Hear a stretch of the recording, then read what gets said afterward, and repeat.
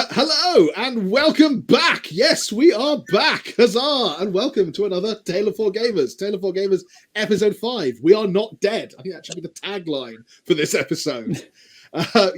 Things have happened. Life has happened, but we are back. And I want to say welcome back to Mike, Murray, and Willard, our other intrepid gamers. We're going to catch up tonight with how our painting has progressed on what was supposed to be the last month of our painting. Murray looks shifty. And for those of us who made it to the Battle in the Badlands event, how our armies got on while we were there. And then, we'll just kind of generally talk nonsense about whatever takes our fancy, Necromunda, 40k, whatever. Murray's holiday. But join us and stay tuned and let's get into it. Okay. So first of all, let's just do a quick check-in. Who has actually finished their final month's worth of stuff? I have. Yeah, I'm look pointedly at Mike and Willard. In fairness to me, I do have them. They're basically just here on my painting tray to have a blue highlight and basing done. And then my squires, which were the final bit of my final month, that I suddenly realised earlier today that I had not put the finishing touches on, will be finished. Murray, would you like to make your excuses now or save it till a bit later? I'll make them now, I guess. So, moved house. Or I say moved house. I moved back into my childhood bedroom because I can't find a fucking house that I like because I'm a picky little bastard. So that's happening. And all of my wood elves were in my box at the bottom of the pile of all my other boxes. I'll have to take a photo of the pile of boxes because... Please provide me with a photo of the pile of boxes. That would be awesome. It has an unnecessary amount of terrain on it, which is only getting bigger because I spent 380 quid on the mail order or the make to order all the terrain that they came out a couple of weeks ago. That's going to be fun. Yes, so I finally got them out. They are here. Yes. So you've located them. That's something. I've located them. They're all here. And had I not fucked up my foot over the week and have not been able to sit at my desk without wincing in pain. Literally, I have been sat on a sofa with my leg up. I don't know what I've done to it, but apparently I'm taking the proxin for it to not be fucked. So this last weekend was meant to be being here and painting everything because I have literally got most of it now. Like, there is 5 guys on horses I've got to do. I've got to finish off the war dancers and then paint a dragon, and it's all done. Okay, well, you've got quite a ways into what you were planning on getting done then. Yeah. So despite the difficulties. Yeah, despite the difficulties. And then base them. And I dug everything out to get them and have realised, and I've got this new painting set up as well, which is very nice. And have got all of my hobby stuff except for some odds and sods. One of those odds and sods being all of my basing materials that I've been using for the widows. So I've got to go do and find those. Other than that, and coupled with the fact it's been the Rugby World Cup, and unfortunately that has taken a bit of my time. No excuses allowed for the sports ball. If watching Australia getting kicked out was funny, and crying when Scotland lost to Ireland horrifically was also not funny. Yes. Okay. Well, so if anybody knows of a spare castle going up on like Rightmove or anything, please post a link to it in the comments, and we'll all gesture money. Maybe we could film a video which is like how home bargains, or what's the one called with Phil and Kirsty? Location. Yeah, we can do that, but from a gaming point of view, like we only turn up, and the only things we've told Phil and Kirsty you want is sufficient gaming space. I mean, that's actually I'm part of the problem. It's just like I need like 2 bedrooms, a room that could be an office, a room that I can do gaming in, and other stuff. And it's like, it's not the fact that they're not out there. They are there and either ludicrous prices, or they're there and don't have one thing, or they're on a shit road, or they're just a shit location in general. And it's just like, I just can't find it. I will say that while looking, I definitely have been in this sort of like browsing Rightmove for houses world in the last few years. I will say that like definitely my first thought is like, does this house have enough gaming space? Like we bought this house last year, and one of the main things that I said to Nikki was, it's got enough space for a dedicated gaming room, which, yeah, various battle reports and stuff have since been filmed in. It's got to the point now that I've stopped looking for houses and looking for land to build a fucking house on that's just to my specs. But Murray, if you get the house built like you paint your wood elves, Right. You'll be homeless for 20 years. I'm not going to build the fucking house. I hope you're What not I'll do painting is it I'll either. get some commissioned painters to paint my house.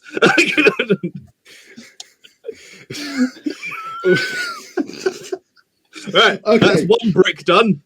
No, wait a minute. Shift it a little bit. Just a little bit. Yeah. Make sure there's just the right amount of cement there. Yeah, that's perfect. Fuck, that's an hour. Right, I'm off. You'll get there and find that the entire thing has been like converted out of used sprues or something. Just chopped up sprues into tiny.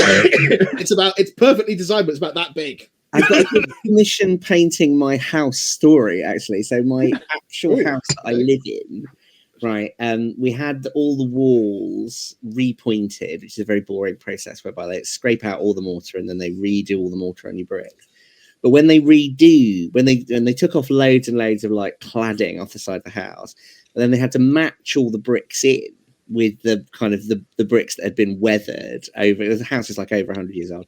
So to match all the bricks in, and basically I was standing outside my house and I realized that the process I was watching was basically 3 Italian men dry brushing a house and then washing it. It was literally like they dry brushed it and then washed it. And I was like, wow, this technique totally works, just at scale.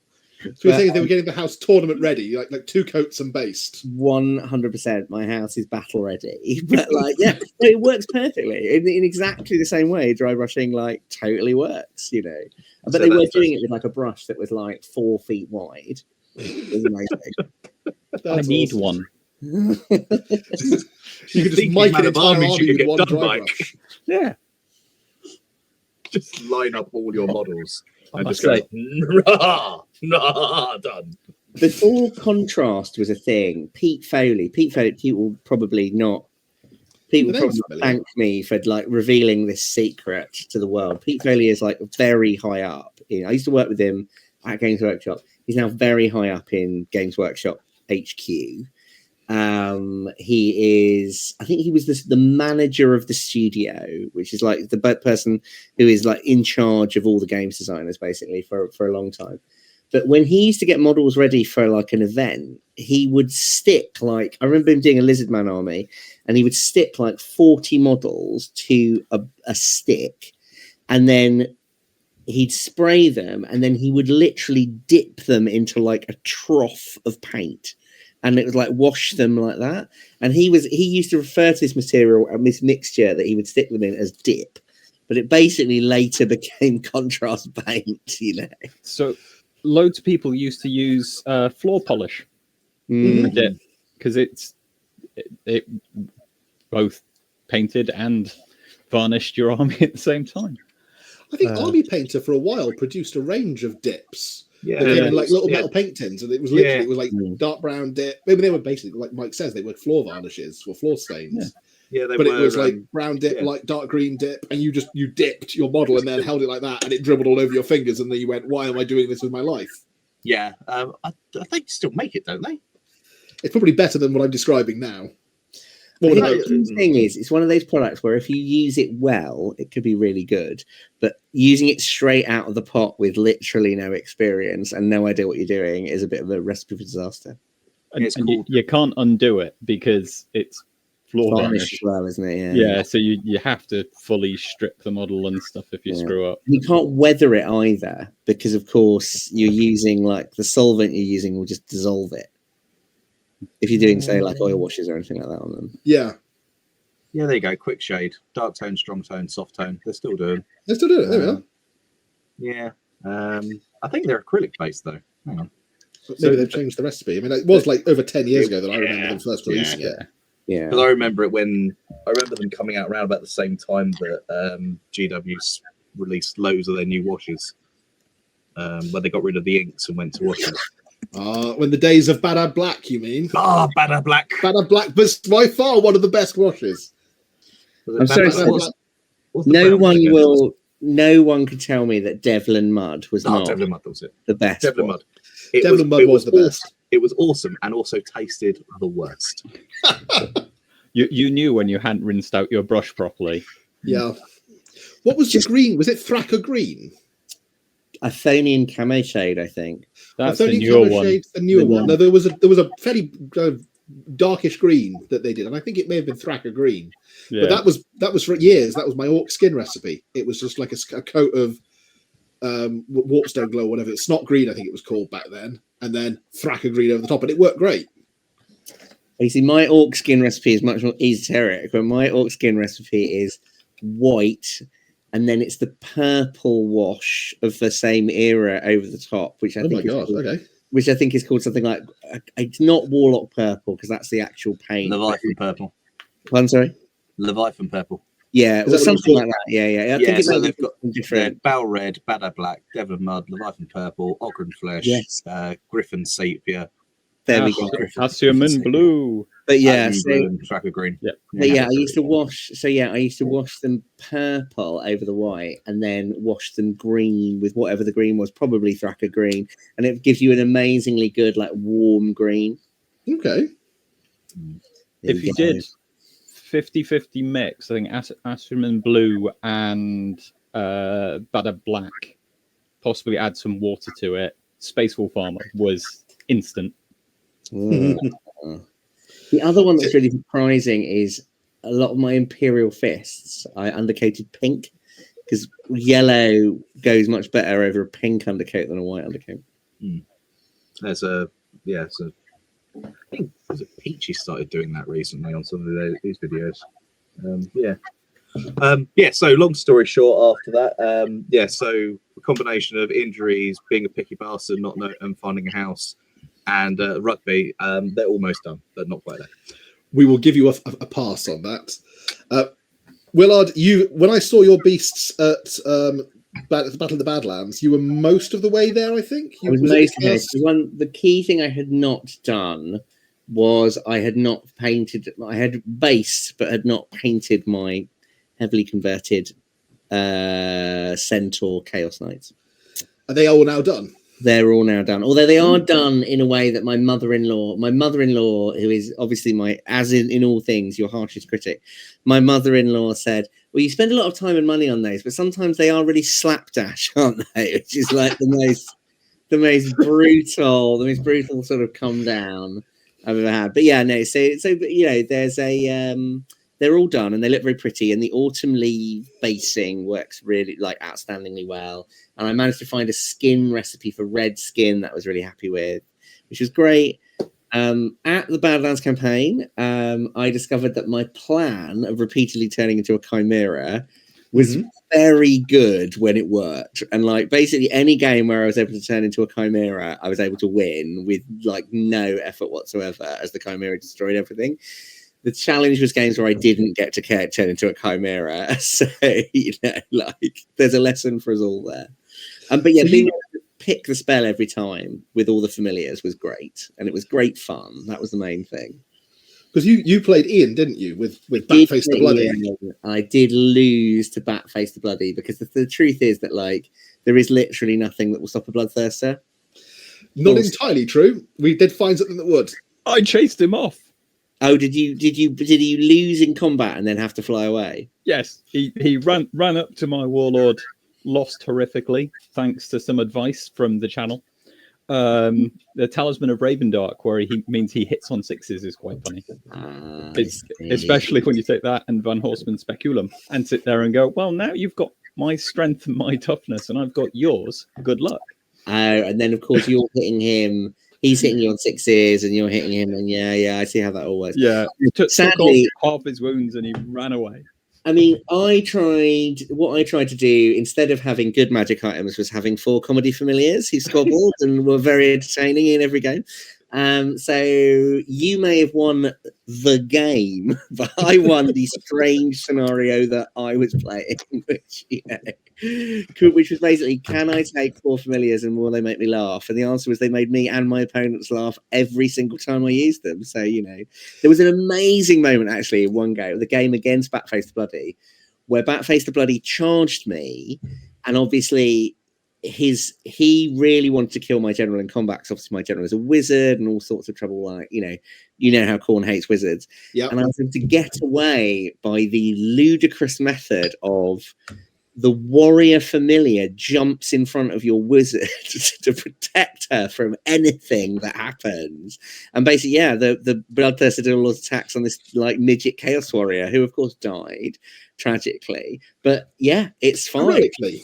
The midget chaos warrior completely saved the day, and then I was able to cackle and witch flight teleport away. So I got away from Batface Bloody, and I did survive, which is the really important thing.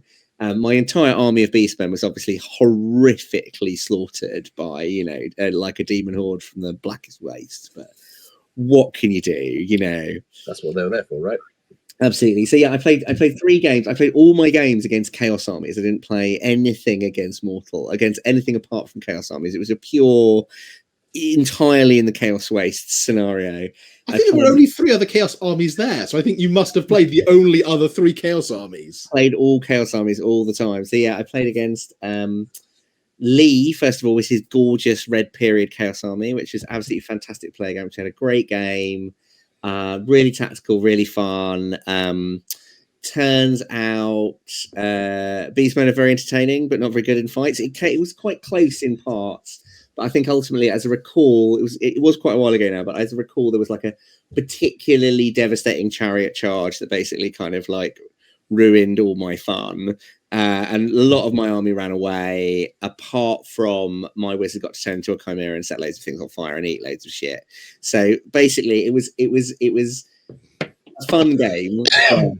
But yeah, chariots destroyed me. And then the second game was Batface Bloody, Demon Horde.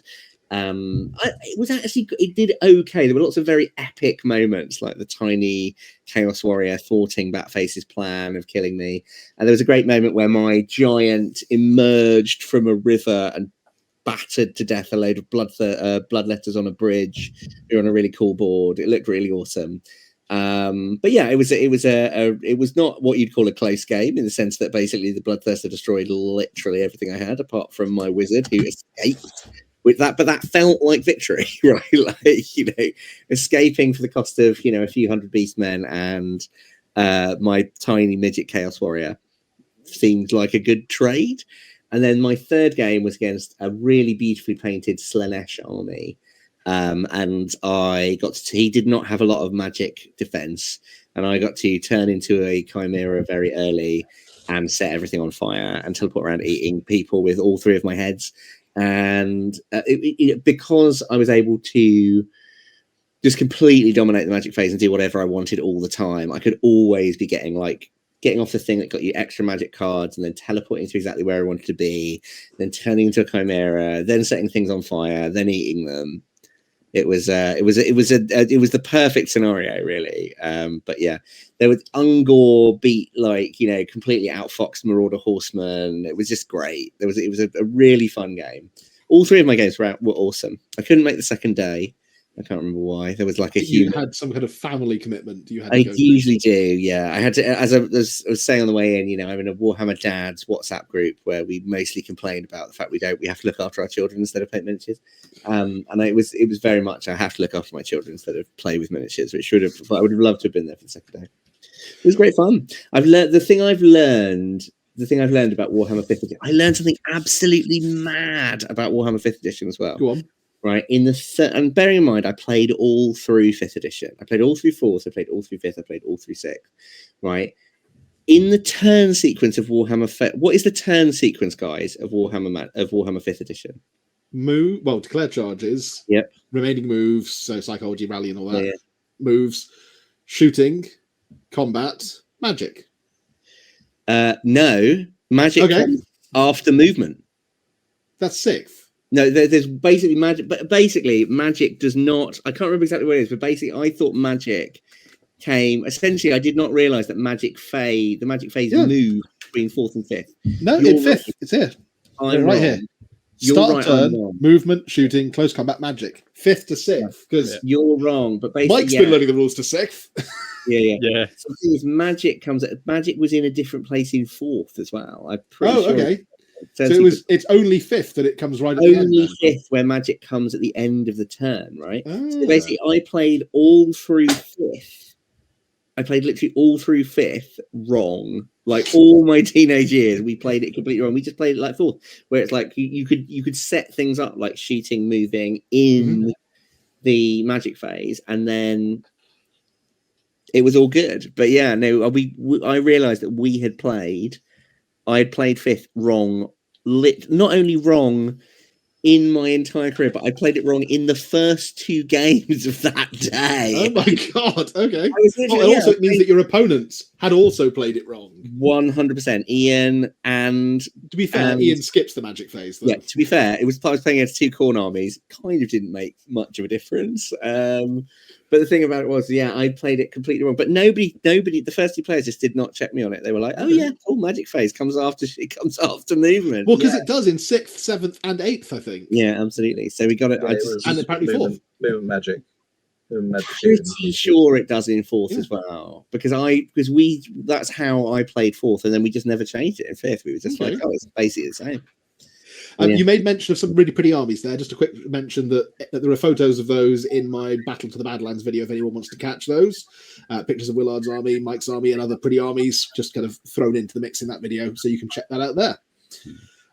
Mike. Okay, so how have you been getting on? I mean, how many more armies have you painted? I know you got COVID, and that kind of got in the way of. I did get COVID, and that knocked me. So just one army painted while you had COVID, then.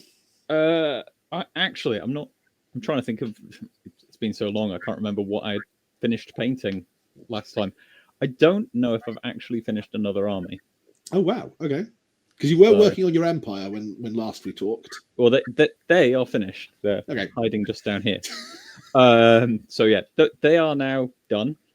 And I've been polishing off various little projects rather than doing a full new army. I've got almost finished 20 Negavolt cultists to join my AdMech as Electro Priests. Cool.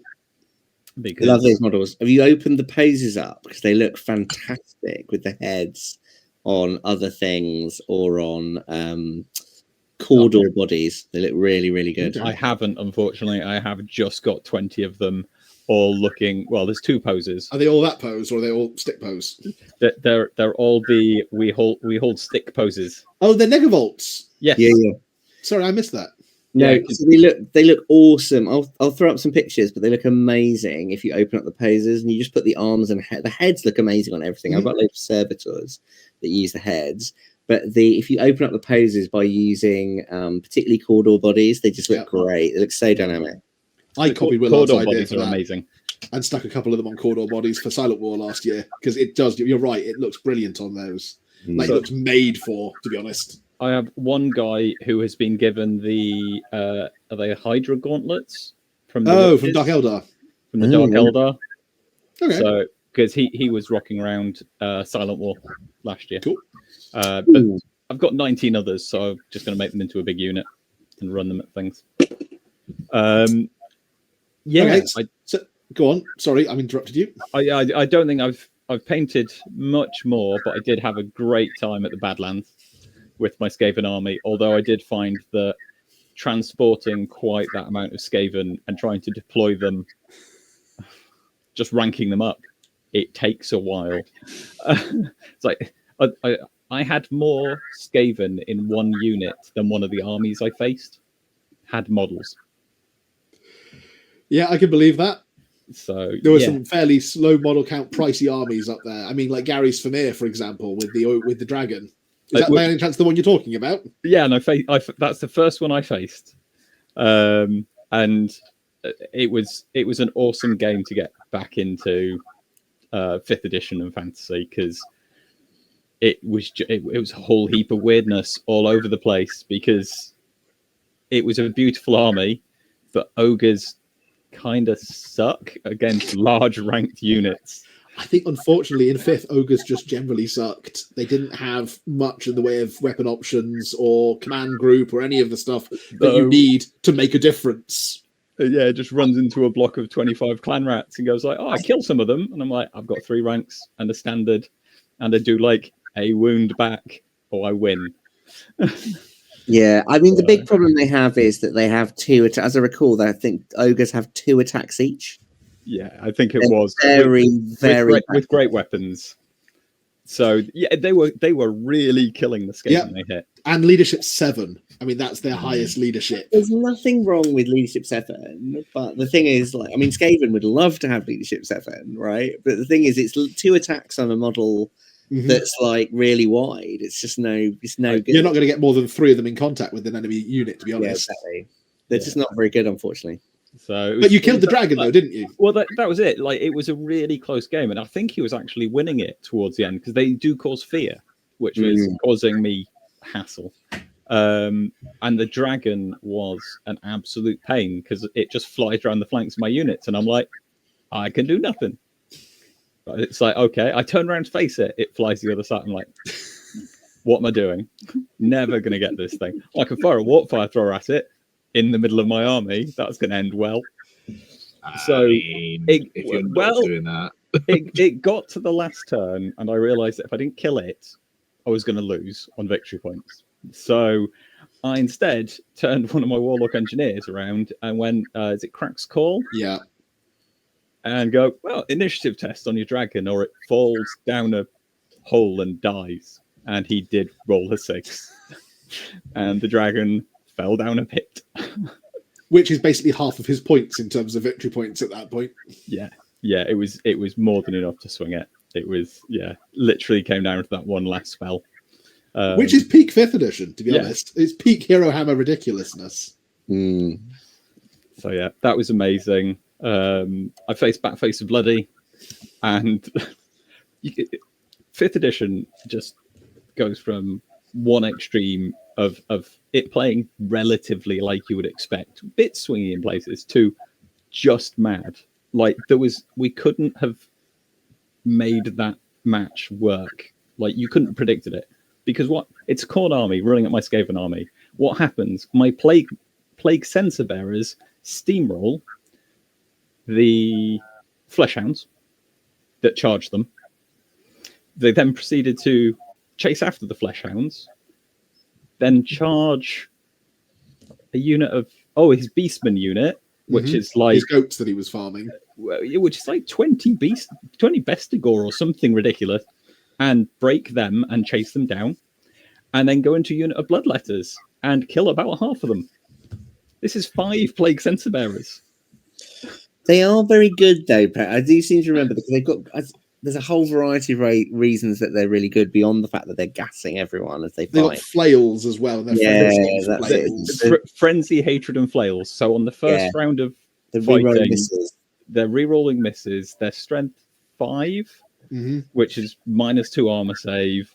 They're putting out two attacks each. I think at least 2 or 4. Yeah. Because I think it's either they've got 2 attacks basic or they've got 1 that doubles. I think it's only 2, but when you're gassing people and you're going first because you're charging most of the time when you're frenzied, and you take out the front rank. There's no attacks back. Yeah, and you just psychology. Yeah, and you're re-rolling wounds, and they've got to take toughness tests or die. You know, which is pretty extreme. So they are absolutely devastating. And that was it. They just ploughed through his army. So Batface the Bloody then proceeded to charge into my general and fail miserably and run away, and spent the rest of the battle. So in fact, no, he ploughed through a unit, took 25 clan rats and the warlock engineer out and off the board, chased them off, came back on, got in a fight with my general, and spent the rest of the game running away. It was just ridiculous. So you've been brushing up on your Skaven rules for 6th edition. Is that correct? Brushing up's a strong word. Attempting to build an army list, because I seem to have lost a week somewhere because I didn't realize it was this weekend. I thought I had a weekend to actually read the rules. So it's going to be interesting. But I'm running pretty much the same army. I was going to say, have you changed anything from the 5th edition list? Is there much in the difference in terms of points values? It's 2,000 points again. Yeah, so I'm dropping the Plague Monks and the Plague Censors. Okay. Because things just seem to have got slightly more expensive, especially like the Warlock Engineers and the Magic. I think I'm fitting in 14 casting dice in 6th edition. Not 13. Well, I can, but it's not as good. The horned So rat was will that clearly two- punish you for this. Was that a Grey Seer, two Warlock Engineers? They got the So- accumulators. That would you'd have 2 basic, 4 casting dice for the Grey Seer, and then you'd get another 4 for the So Grey Warlock Engineers. But where do you get the other 4, the extra 4 from then? So Grey Seer gets 4, 2 for the Yeah. army, 2 for the Screaming Bell the Grey Seer's on, Okay. and then 3 Warlock Engineers each get 2. 3.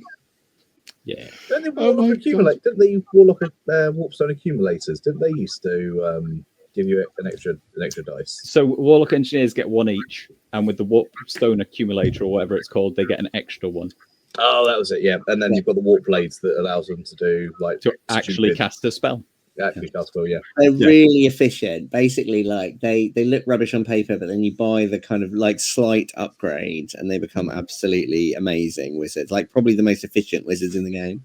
And Yeah. then you've got the Warpstone tokens as well. So you'd have 4 Warpstone tokens for the Grey Seer, and 2, they're each level 1. The Yeah, Warlock they're each Engineers? level 1, but they can So- cast with 3 dice if you But take so the they upgrade. they each get a Warpstone token then. So you're getting Yeah. 7 Warpstone tokens as well. Yeah. So if you decided to eat all of them in a single turn, They would You all be could put dead. out- But yes, well, you could put 21 casting dice. yes. The problem with that is Warlock Engineers have 1 spell each. yes, but it is Lightning. warp lightning. Yes. So well, It's a good what I can do though is each Warlock Engineer can use 3 dice, so that's 9 dice gone, which still leaves my Grey Seer to have 5. Before he eats any warp tokens. Well, yeah, before anyone eats any warp tokens. So it depends on what spells he gets. But Remind me not to play you this weekend. yeah, and that's it. I was like, I could tone the magic down. I could. But you won't. But then I need to find more points to fill in.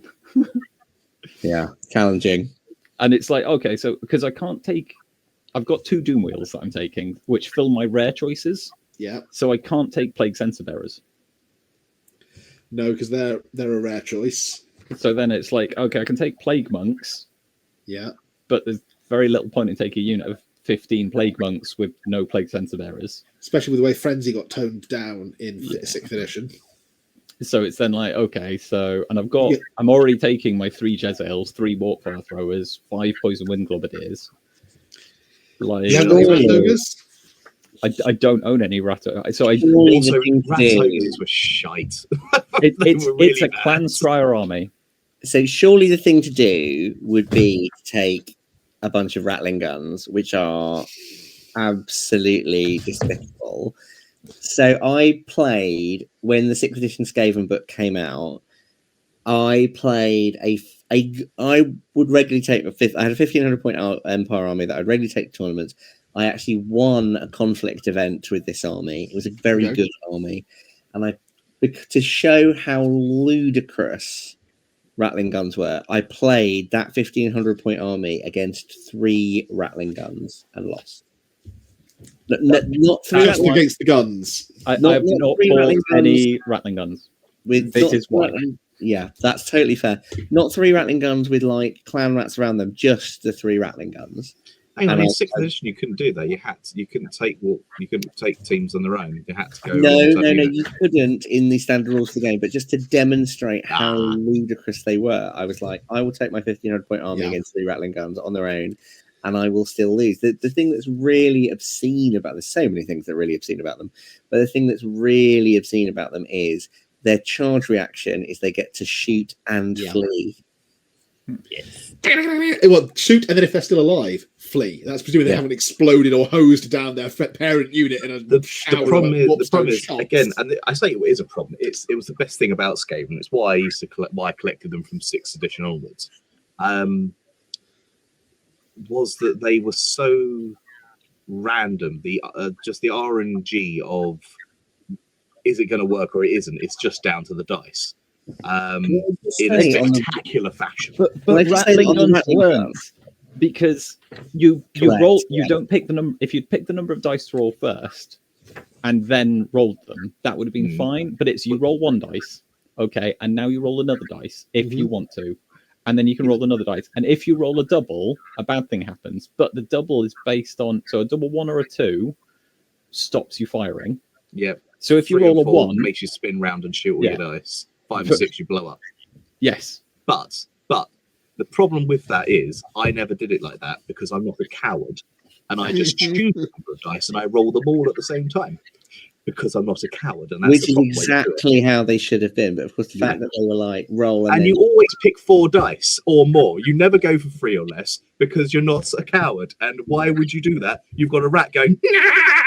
but they always hit. That's the other thing as well. They always hit. So even if they're shooting into like skirmishers in a wood that would normally be completely impossible to shoot in Warhammer, Battling Guns just do it all. Just destroy everything but they that's see. why I bring You're a warp right. fire They throwers. always do hit. They always hit your own unit when they spin around and shoot your guys in the back because they And- were running off the board. And the other thing they get is a 360-degree line of sight. Outrageous unit. They didn't count as magical, so I'm just checking. So they I think warp fire throwers Do counted as magical attacks. Rattling they- guns didn't. Their Yeah, warpstone shot. They should count as magical. Strength 5 minus and I strength think it's 5 strength armor 4 piercing. minus 2. I think warp fire thrower has a strength 5 minus 3. I think rattling guns are strength 4 minus 2, as I recall. Because there was there was strength. They were either strength 4, strength 5, but all armor piercing. Pretty sure strength so 4 they- armor piercing, as I recall. I did manage to do. Oh, have we lost Ben? Oh, we have lost Ben. He's gone. I did manage to do a stupid on eBay. I bought the Skaven Army book, and then I thought, you know what? I'll buy the 7th edition. Nope, that's the 6th edition, just on a different cover. Same army book. I'll tell you what. I'll give you a £5 and all how much you paid for it, and I'll buy it off of you.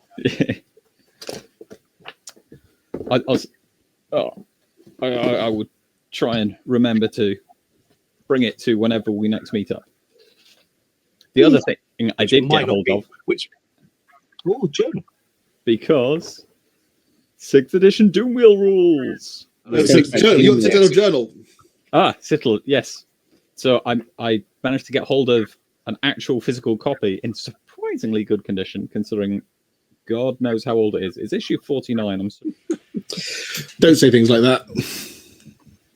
I'm just going to say it's old enough to drink. Oh God! Yeah, old enough it's to that drink, moment when they even in say- the States. But Warhammer is 40 this year, and I'm like, God, so am I. This is not on. In my head, 6th edition is still like the new edition of Warhammer. It is. No, that is. There was nothing after 6th. It's 6th, 5th, and 6th. That's all the Warhammer there was, right? And then we AOS had the old becoming a world. thing was just yesterday, right? Oh, yeah. AOS We're not on is 3rd edition of AOS already. I ran into someone recently the other day who was like in Warhammer Tottenham Court Road. I'm having a chat to a fellow hobbyist, and he was like, "Yeah, I was really into Age of Sigmar when it came." He was like 19. He was like, "I was really into Age of Sigmar when it came out, and then like." I got into kind of girls and I stopped doing it and stuff like that. And I've only just recently got back into it. And like this guy, Don't like, say hurtful things like that. Age of Sigmar came out when this guy was like 13. And he's now like a university student. And he's like, That's I'm just back into Games Workshop now. Oh God! Not hobby related, but I had exactly the same like feeling old moment when I had to explain to a guy at work what a spinning platter hard drive is. What? as opposed to like SSDs, because solid state drives, because I unplugged one that hadn't quite spun down and got the gyroscopic effect, and what happened, and I'm like, oh, I didn't realize they didn't still spin, to be honest. So it shows how completely not Yeah. into I am.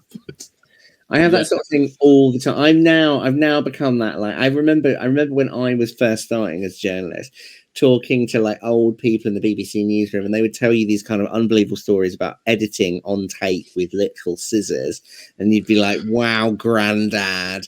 But now I'm the person who is in the office being like, "Yeah, well, we had to bring back actual bags of videotape."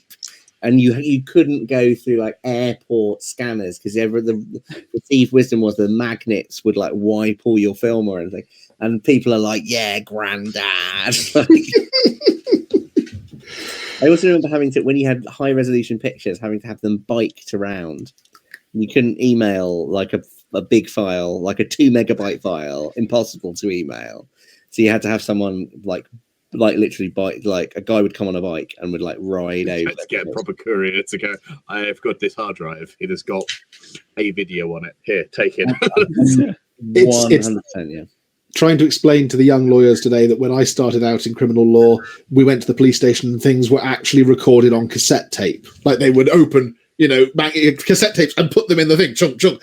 Why do they call it an interview tape? It's a disc because it was a tape. I mean, it was a tape. It can't have been that long ago since it was a tape, surely. I will say I work almost entirely in audio now, and people still talk about the tape.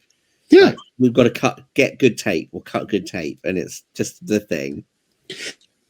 Going it back to the Warhammer side of things slightly, with the talk of the models that are coming back for Warhammer the Old World, I still look at those and go, aren't those new models?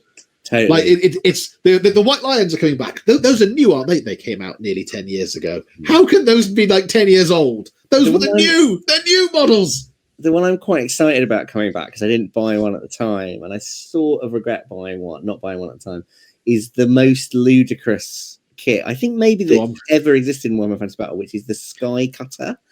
Which, I don't know if you've ever seen it, but basically it's like a little boat being ridden by 2 high elves and being pulled by a giant eagle. And the thing I can never get around the fact of like, how does it land?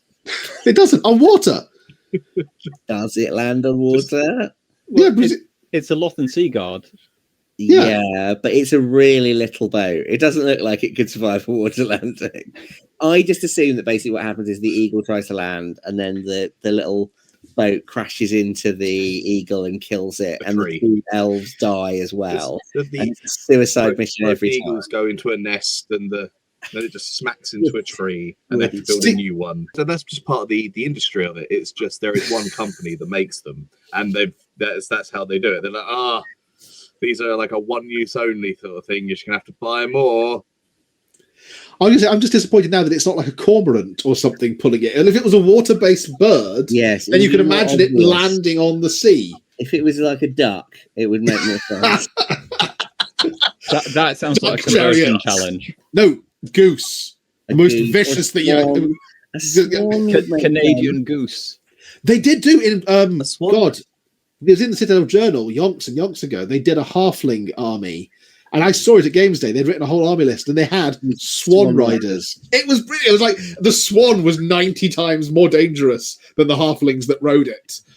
And I think it even had rules for things like, careful, it'll break your arm, sort of thing. There was a really cool. I mean, this goes to me and my relationship with Warhammer, and particularly the Citadel Journal, which of course has come out and feels relevant. But there was a really gorgeous halfling model range at the time. And when I say a halfling model range, they were like dozens of halfling models. Like the individual archer regiment probably had, I think the archer regiment had like 10 different sculpts, and the spear regiment probably had 10 different sculpts as well. And then there was the hot pot, and then there was like a hero, and then there was lumping troops as well. So there were probably easily like 40 different sculpts for halflings. And I'd always was like, wow, they could be like such a cool little army in their own right. I really wanted the halfling army list to be mildly sensible and kind of have like fit in with the rest of the Empire background, which could be a bit silly, but I wanted like rules for the like Grand Elder of the Moot, and it could have hot pots and stuff. But I was like, that's what I want. I want it to be an Empire army, but little. Right, the Moot. You wanted a Moot army list. A proper Moot army list, and I really wanted like the politics of the Moot. I wanted to know what his plan on the Imperial like Senate was, but no, it was all fucking swans and special pies. Badger riders. Yeah, it was fucking ridiculous. Fucking Warwick Kinraid, honestly. I mean, he redeemed himself later with things like the Imperial Armor book, but no. I've been reading the C.L. Werner's Skaven Wars trilogy just this last couple of weeks. Very good. Excellent series. But again, even there, the Moot, it features, the Elder of the Moot just turning up to the Imperial Court to be cheeky as fuck to everyone. And like insisting that Boris, after they depose the emperor Boris, which is bizarrely prescient. That I mean, bear in mind it's writing a piece of history that was in this book and earlier, but that there was an incompetent emperor called Boris who failed to represent the empire during a terrible plague. During a plague, doesn't he? Yeah, oh, God, I'd never even. It is really quite prescient. But yeah, he kept insisting the halfling elder wasn't allowed in the court unless he wore shoes. So after they depose him, the halfling elder steals his boots. And like when Mandred Skavenslayer's army reaches the moot, and they find that the Skaven bypassed it because they didn't realize it was there. And that the halflings are like, okay, well, yeah, we'll send some halflings along to help. So you got the halfling rat attack rapid reaction patrol or something ridiculous it was called. Something like that. The halflings couldn't ever be anything other than just a bit silly in Warhammer. I love them for it. I really wanted like a bit of like grimdark halfling action where they'd be like they'd fit in with like more grimdark halfling action. Yeah, try searching for that on Pornhub. 100%. I really wanted them to kind of fit into the Empire and like make sense within the Empire because it could easily be written like that. But no. It could. I liked the fact that it was that silly era of Warhammer, though. That it was things like the halfling cook that was in the middle of cooking dinner and his soup was ruined again, and he'd used an entire year's supply of pepper in it to make the rancid meat palatable. And damn it, I had it, and launches this thing into the orc army and annihilates the orc war boss. And it's like a perfect blend of herbs and spices that melts orcs' flesh. Yes, and he can never quite remember the recipe again, and he's like sobbing that his masterpiece was ruined by orcs. I don't mind the hot pot. That's fine. Like it's like it's once you can have one bit of silly in an army list, but it's like the whole army list being silly just ruins the effect. Well, I'm hoping that when we get the new old world stuff, that the Empire army list that comes out is more like this one with halflings and dwarves and ogres and the mixed representative races of the Empire, and not mono race. This one, if you're listening, GW, this one, not this one. This one, not this one. I'm fine with the mono race army. I'm fine with the mono race army as long as everybody gets wacky pantaloons. Huge sleeves. That's right. It's going to be the mono one because they're just bringing back stuff from 6th edition onwards. It's corpse grinders. Yeah, absolutely. It's horrible fighting the Goliaths because you basically can't beat them in combat. You're scared of them, so that's really bad for Goliaths. But to be fair, fighting Goliaths with basically any other gang is about the same experience. Having fought against Goliaths multiple times, Angel has a Goliath gang that he keeps coming around, and he's got a custom converted specialist with a heavy bolter on a suspensor rig that every game just like, there's Ben's gang leader. Boom, boom, boom, boom. No, that was Ben's gang leader. Okay, now somebody else will have to be the gang leader because he's been shot again. So I, if you're telling me that fighting Goliaths with corpse grinders is amazing for the corpse grinders, I may have to go and put my corpse grinders together. Yeah, I mean, basically the key thing is Goliaths are delicious is the key thing. All that meaty goodness. They are the best source of meat. Pound for pound, they're the best use of ammunition. But yeah, the reason corpse grinders are so horrible in normal Necromunda, of course, is most of their weapons. First of all, when you get into combat with them, they roll like you get the funny Necromunda dice, which like you're rolling to see if you've got the broken bone thing. Well, obviously, like with the Blood Bowl dice, as I think of them. Yeah, with each hand, they're rolling like 4 of those. So like a properly tooled up corpse grinder is rolling like 8 dice, and it's pretty easy to get into a situation where you're like, oh, you've got 7 broken bones. Let's roll 7 times on the injury table to see how fucked you are. But what's even worse is a lot of the weapons have got a special rule where it's like, oh, you've been hit in the face with an ultra meat flenser. The only possible injury results are your face has been eaten by a corpse grinder. Like, you are, I'm terribly sorry, you are meat now. And you have been turned into rolls dice. Sausages. Yeah, exactly. It's really bad. So like not only are you God. There needs to be a chart of what the corpse grinders have turned you into. That needs to be a thing. What type of delicacy are we sending you to? You are now mincemeat. charcuterie. Chorizo. Oh, look, actual steak. That's going straight up to the spire. Ooh, Wellington. Oh, How do they make Wellington. Yum, yum, yum. How do they make the Dutch elves to go around you? Grind up the juves into a fine paste and wrap them around the outside of the gang leader. Yeah. Being a cook, Juve pate. yeah. I do really like my Corpse Grinder gang. They are really fun to put together and they are really fun to play. But as I say, yeah, it is really sad in a campaign where you're like, you have a fun game, and then after the game, your opponent is like, I loved Big Jim. He's been in my gang since I was 12, and now he's been made into bacon. It's not like. Well, did you watch? I don't know if you guys have had a chance to watch the Nick Davis interview. If you haven't, again, I'll say this for the benefit of everybody else out there. Check out my Nick Davis interview. He is to blame for why some of the gangs in like the earlier version of Necromunda are nastier than others. As far as I can understand from his explanation, he built this really horrible Orlok gang and then was allowed to use it in the playtesting scenarios. So they came along, okay, we've invented these guys. They come down from the spire in these really awesome tech suits. They run into Nick's Orlok gang, get horribly flenced. Okay, we'll go back and write them, make them even nastier. The reason why Spirers were as horrible as they were in the earlier edition was to counteract Nick's Orloks. Literally, this explanation as to why it happened. So he's why we can't have nice things. Yes, Nick is why we can't have nice things. We have strayed somewhat from our Four Gamers origin, as we often do. I'm going to drag us back a bit. So, Mike and I are off to Lee of the horrendously wonderful Red Period Chaos Army. He's running a 6th edition event this weekend, which we're hopefully going to have some fun with. So, you're taking your your Skaven, but with a Clan Scryer focus. Did you think about using the Clan Scryer list from the back of the book? I did, and it makes zero difference. Okay. In what I'm taking. I was thinking because it let you get a Warp Lightning Cannon in there then, because Warp Lightning Cannons shift to special. So you get a Warp Lightning Cannon and Doom Wheels. Not that I want to unleash even more Warp Lightning on people. But I don't own one. See, that's your fault. I mean, come on, at the rate you paint, you could pick one up tomorrow and have it painted by Sunday. I could pick up 3 because I have. You could. I have special choices. Oh, sorry, 4. Yeah, to everybody who plays Mike on Sunday, I do apologise. Jezzail's become core.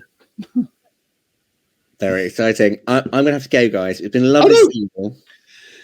Can I briefly just touch on one thing before you disappear off? You certainly can. So, obviously, one of the things we need to do once Murray's finished his and I've finished dry brushing and adding the base and stuff to these squires, we need to meet up. So the plan is once we've done the 5 months worth of army building, I'm hoping we can meet up all perhaps at Hate Club in London, if that works for people.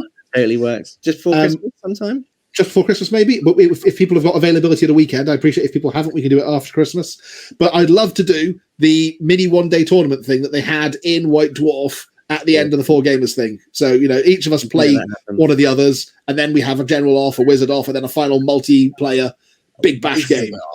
Wizard off. Yes, which should be played in the exact same way they played it in White Dwarf, where they played it in the canteen and used whatever was on the table as scenery. So hiding behind the salt cellar and, lurking behind a can of Coke or whatever. Yes, I'm sure that can be made to happen. But Excellent. At the same time, oh dear. The era of White Dwarf being like entirely shot in the canteen. We filmed Silent War in their canteen last year. I mean, come on, it is doable. The entirety of Silent War was filmed in the Games Workshop canteen. It's a lovely place. I've had lots of big laughs in there. Anyway, it's been great to see you. You gotta go. It's been lovely to see you too, Willard. I look forward to the final showdown, and I shall see you all soon. Catch you later. And then there were 3. Is it going to rearrange where we are positioned? No, it's going to keep us slightly positioned like that. So I haven't touched on how things went for me at the Badlands event. I'm going to quickly touch on that, and I'm going to talk a little bit about what's happening at the 6th edition event this weekend. I played 5 games, I think, over the weekend. It was, unfortunately, a couple of months ago now, so it has blurred into things like that. I got to play one of my oldest friends from school who kindly turned up, dusted off his army from when we played back when 5th edition was originally out. I think you played him as well, Mike. It was my friend Dave's Empire Army, the Green Empire Army, with the hero on Pegasus. I don't think I did. I think I was meant to, and got either one of us got double booked, probably me. So I don't think I faced. As you say, it was a while ago now. It was quite some time ago. It was a couple of months ago now. Yes. I discovered how horrendous flagellants are in 5th edition. They were by far the nastiest troop type in the Empire Army at that point. My sort of Grail Knights and Questing Knights charged the flagellant unit and just bounced off. They're like, we've killed some of you. We don't care. We're flagellants. And now have some flails to the face. Oh, you're on horses. That's great. We'll just keep smacking you in the head with flails. Yeah, flails hurt. Yeah. Following with some of the most fun games that I played that weekend, I played a 3-player game against Lee and Bobby, because on the basis that I wanted to play Lee, Bobby wanted to play Lee wanted to play me, and wanted to play Bobby. So we decided we'd have our own made-up 3-player game, which was an awful lot of fun, with Chaos, Vampires, and Bretonnian Knights all zooming around one of those big Chaos Shrine hill fort things that they used to produce as scenery.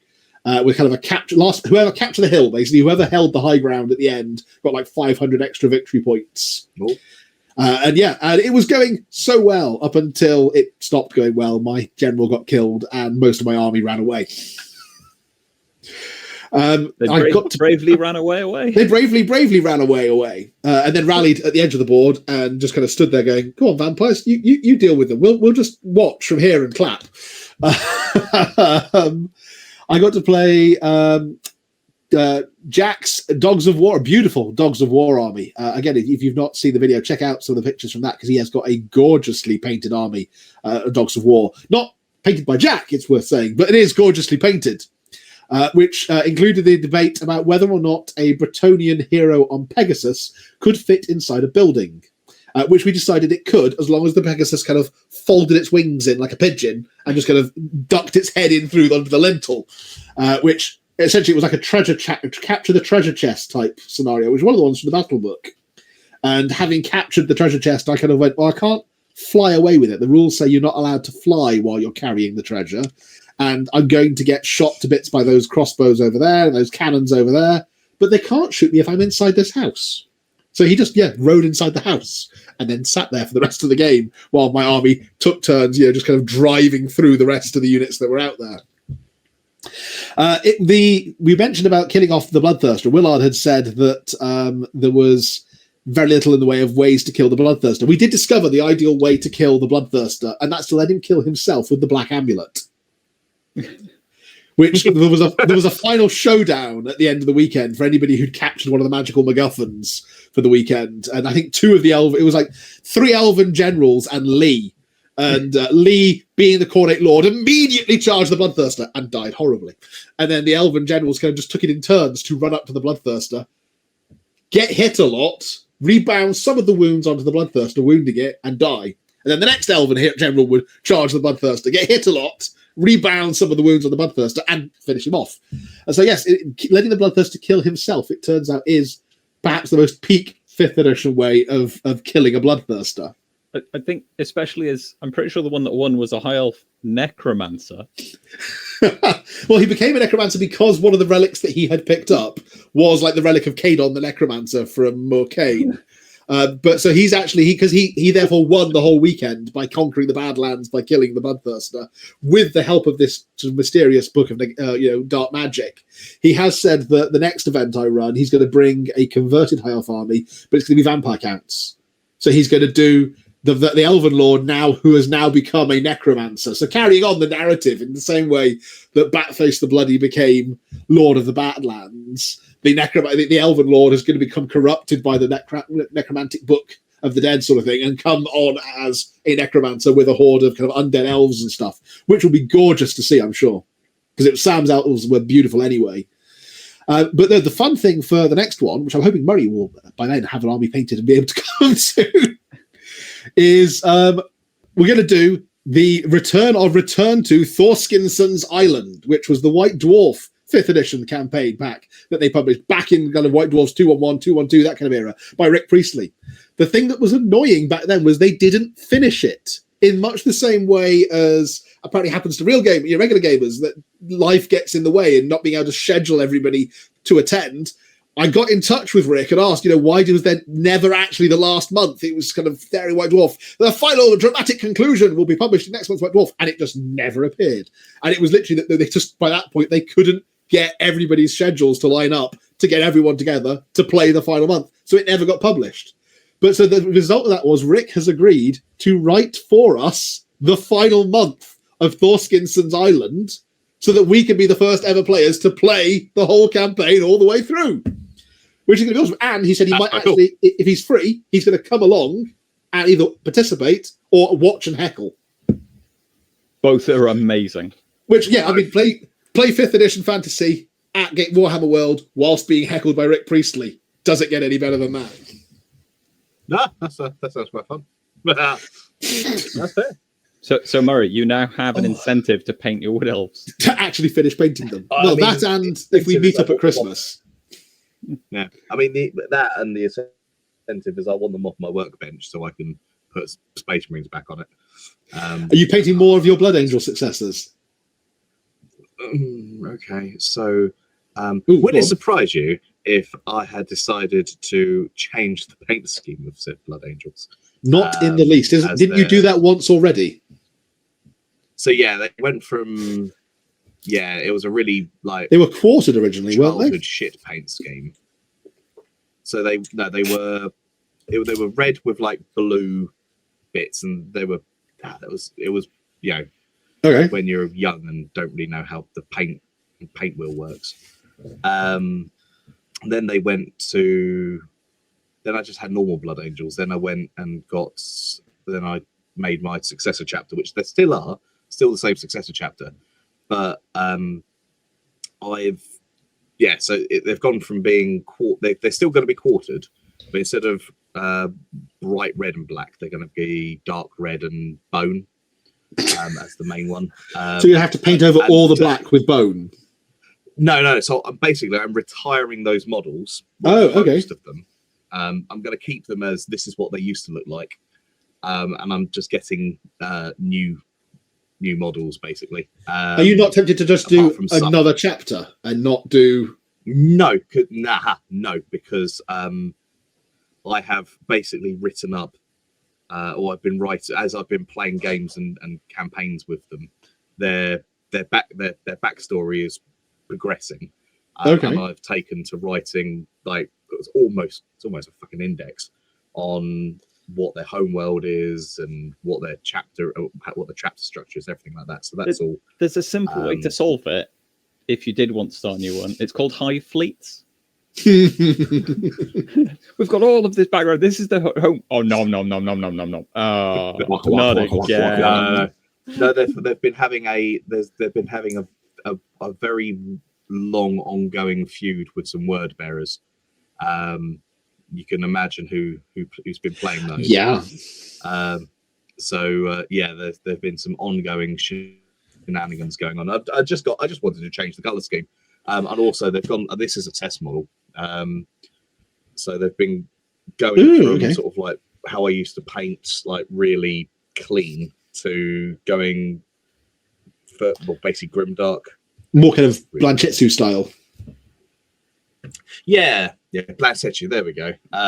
You've got going to get comments when it's red and bone of, are those blood ravens? Just to let you know, that's the red with wings on them as well. With wings on them. Is it in fact going to be a Blood Ravens company that has nicked all of your Blood Angels stuff? No, gifted it. Acquired. It's like, is that the sword of the Emperor? Maybe. Where'd you get it? Found it. I always imagine the Blood Ravens like that bit from The Simpsons with Moe and the guy carrying the killer whale across the line. Oh, cheese it! There was a little comic strip about a blood raven sneaking through the Emperor's palace, and then he meets what's the Necron Lord who keeps nicking shit? Trazyn. Yeah. It just sort of sees him in the vent, And then the next thing is him being given this this Medal of Honor where he's being hoisted away into Armighty's van. I've seen the same artist has done one which was a white scar that desperately wanted a custodian jet bike, but the custodian kept saying no to him. And then it's just the Blood Raven in the background. And the next thing you see is the white scar zooming away on the custodian jet bike and the Blood Raven kind of just smiling at the camera. Yeah.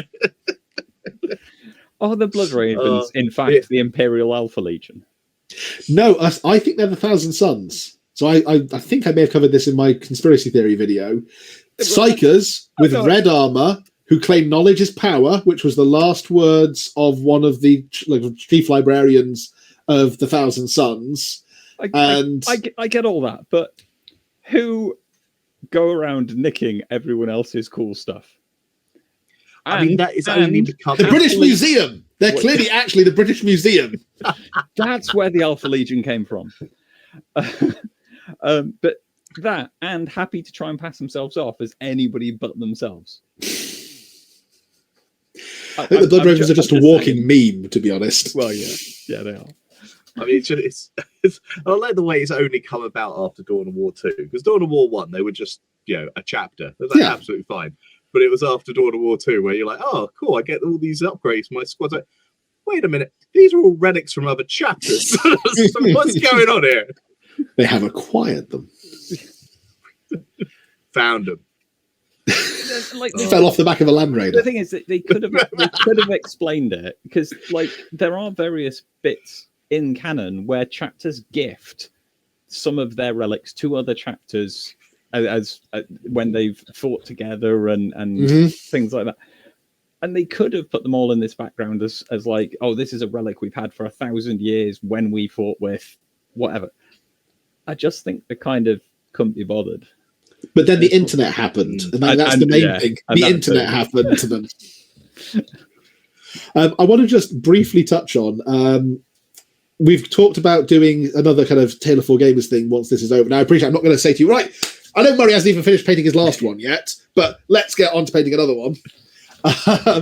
But just thinking ahead to next year, would you be minded to do another one? I suppose is my first question. And second question would be, would you want to do like another version of fantasy? Would you want to do, like, if Old World is out by then, do Old World armies? Or would you want to do like a 40k, do like an older version of 40k or something? What would people's thoughts be? So possibly, I've got to see what other because it takes me so long to do hobby. Yeah. It's a case of I really want to sort of really get into the meat of doing my Space Marines again, and also I need to put together. So I don't think I'll be making Silent War this year on account of if it's the end of Jan, I'm away in India for an entire month in February, and you and your holidays. But I know. But what it does do, it gives me enough time to convert the bugger. But if we do, does it give you enough time to paint him? Yeah, because he's basically just made of metal and flaying flesh. Yeah, he's you can just mic him. Just get a big brush and just mic him. Well, we have made you a verb at this point. It works. Yeah. Hang on. But if we do, if we did do it, what would your preference be? Yeah, again next year, and we're okay to. My preference would be 40k, not new 40k. But I have what can only be described as a shit ton of Praetorians that So if you're doing Praetorians, so maybe like third or fourth edition 40k when they had the best guard codex. Because I mean, let's be honest, I've got it behind me here. This is the best Imperial Guard Codex that they ever did, with the doctrines at the back that allowed you to design your own Imperial Guard regiment. That is a good one. So I've got. Hang on, I've actually got because I've been slowly procuring these. That's a very heavy box of lead. It's a Blood Raven. Where is my spreadsheet? Don't judge. He's not a Blood Raven, he's an Ultramarine. He's got an Excel. So in said box, I have got 2 officers currently, 6 Mhm. sergeants, 3 grenade launchers, 4 melters, 1 flamer, 2 standard bearers, 46 dudes with las guns, 3 las cannon teams, 8 missile launcher teams, 3 buglers, and a commissar. Ooh. And the old commissar with like the power fist and Yeah, stuff the like that. sword over the shoulder. Parade at rest. Yeah. So that's currently what I've got, and I've probably need a load more. Okay. Yeah. Mike, what would your thoughts be? I am always happy to have a new project. I just need to try not do it in the first month. So I'm gonna. That could be your challenge. Yes. Yeah. Which armies will you paint for it? Do one of everything. No, I tried that last year. That didn't end well. Yeah. So if we're looking at 3rd, 4th edition, I have a tub of metal Sisters of Battle, Ooh. which almost works out as the 3rd edition launch box. And they had, I'm going to put it here behind me somewhere. They had a fairly decent codex as well in 4th edition. They did. So I could do that. I might get slightly sidetracked because there was something I started a little while ago, which doesn't look like much. It looks like a box of cables. It's a box of servo motors and a Oh, controller. God. Oh, God, I've just remembered. I had blocked this out. Do you want to tell Yes. people what your mad project is? So I studied electronic engineering back at uni a decade ago. Really has been that long now. You're lucky it's only a decade, honestly. And it meant that I did various control systems for electronics and things. And I'm like, you know what? Servos and technology have come on. So like Raspberry Pi computers are small enough you could fit one in a Titan. So I might be saving up slowly because I reckon you could probably automate a Warlord Titan. Maybe not full walking, because I don't Striding speed. Well, I don't trust that amount of resin, because if it falls once, You're done. Yeah. So Well, no. You just got to pin it properly. Get Vince round to pin the parts you don't want to collapse if it were to break. At that point, I would just be making it out of metal. All of it. Just cast it out of lead, it'd be quicker. Yeah. So I'm thinking from the waist up, effectively. So motile arms, motorized waist to rotate, arms to go up and down, head, left move and on right, head moving.